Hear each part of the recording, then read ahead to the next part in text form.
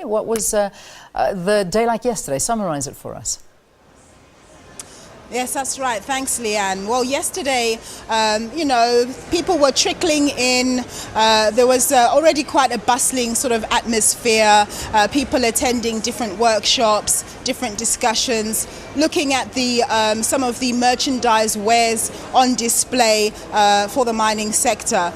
And some of the key issues that were being discussed were the sustainability of mining development on the African continent, issues around capital investment and where people who want to invest in Africa can actually access funds, especially given that global interest rates are rising on the back of the US Fed now beginning to withdraw its stimulus. These are some of the issues that came up. Obviously, one of the key and core issues affecting the African continent is energy. If we don't have the energy that's needed, we obviously can't get the mining sector going. So issues of infrastructure, getting that in order, encouraging African governments to do their bit to actually ensure that there's the infrastructure in place so that companies can get involved in actually investing in the mining sector. Those are some of the issues that are coming up.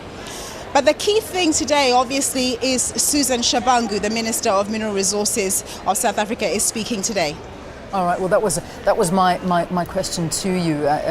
Susan Shabangu, the minister, is addressing. What can we expect from her? I imagine there's a lot of expectations when she stands up there, because the mining industry has been under some tough times of late.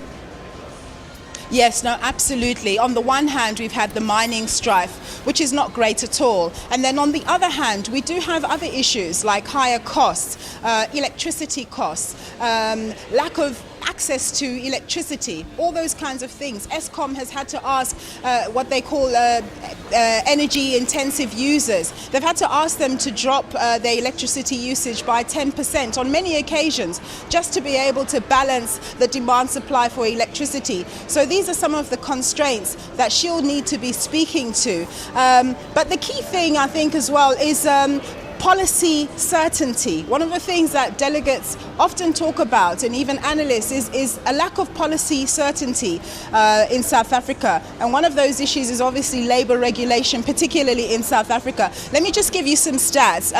The Fraser Institute, which basically ranks the attractiveness of investing in mining destinations, it ranked South Africa it ranked South Africa 14 out of 45 in 2002 in terms of being attracted to invest in mining. But only in last year, it ranked us 63 out of 96. So our situation is getting worse. Even the the Global Competitiveness Report, it shows that just generally, not just for the mining sector, South Africa is becoming less and less attractive to invest in. This is due to issues of policy uncertainty, sometimes political risk. Remember, this is an election year, so people will be watching very closely to hear what she has to say. They'll be hinging maybe investment decisions on some of the things that she says. All right, Nompu, thank you very much. Just a quick question. What time is the minister speaking? Do you have any idea? Look, she's scheduled to speak at 8:15. 8:15. Okay. Well, we'll see. All right. Well, if that does in fact happen, we're hoping to take it live here on Morning Live. So do stay tuned for that. The National Union of